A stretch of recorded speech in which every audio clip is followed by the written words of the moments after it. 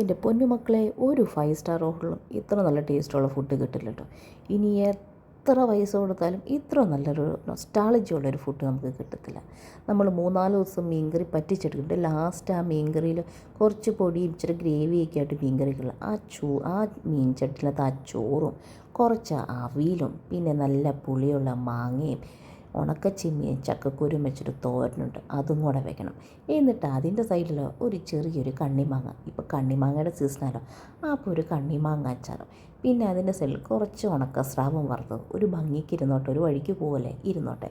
എന്നിട്ടൊന്നും നോക്കണ്ട, ആ ചട്ടി ഇങ്ങ് എടുത്തിട്ട് മടിയിലോട്ട് വെക്കണം. പണ്ട് അമ്മിച്ചമാർ മടിയിൽ വെച്ച് നമുക്ക് ഉരുട്ടി തരുന്നവരെ അങ്ങ് മടിയിലോട്ട് വേണം. എന്നിട്ട് അങ്ങ് എല്ലാം കൂടെ കൂട്ടി ആ ചോറിലും ആ മീൻ കറിയുടെ ഗ്രേവിയും കൂടെ കൂട്ടി അങ്ങ് ശരിക്കും കുഴച്ചിടണം. എന്നിട്ട് ഇച്ചിരി ഉണക്കച്ചെമ്മീൻ തോരനും വെച്ച് അതിൽ നിന്ന് കുറച്ച് അവിയലും ആ ചോറിനോട്ട് വയ്ക്കണം. കുറച്ച് അവിയലെടുത്ത് ആ ചോറിനോട്ട് വെച്ചിട്ട് എന്നിട്ട് കുറച്ച് ഉണക്കസ്രാവും കൂടെ വെക്കണം.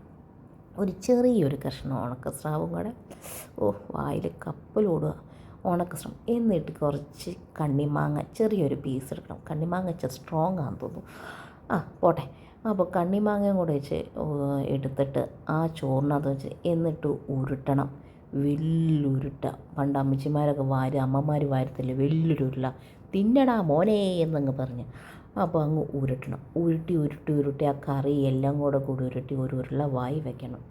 പണ്ടൊക്കെ നമ്മുടെ അമ്മമാർ എന്തോ ഒരു വാരി തന്നാലേ ആ ഒരു ഉരുളിക്ക് ഭയങ്കര ഒരു ടേസ്റ്റാണ് അല്ലേ. എൻ്റെ അവസാനം ആ ചട്ടി അങ്ങ് വടിച്ചങ്ങ് നക്കണം. ഒരിടത്ത് ഇത്രയും ടേസ്റ്റുള്ളൊരു ഫുഡ് കിട്ടിയിട്ടില്ല കേട്ടോ. നിങ്ങളൊന്ന് മസ്റ്റായിട്ടൊന്ന് ട്രൈ ചെയ്തേ, ഭയങ്കര ടേസ്റ്റ്.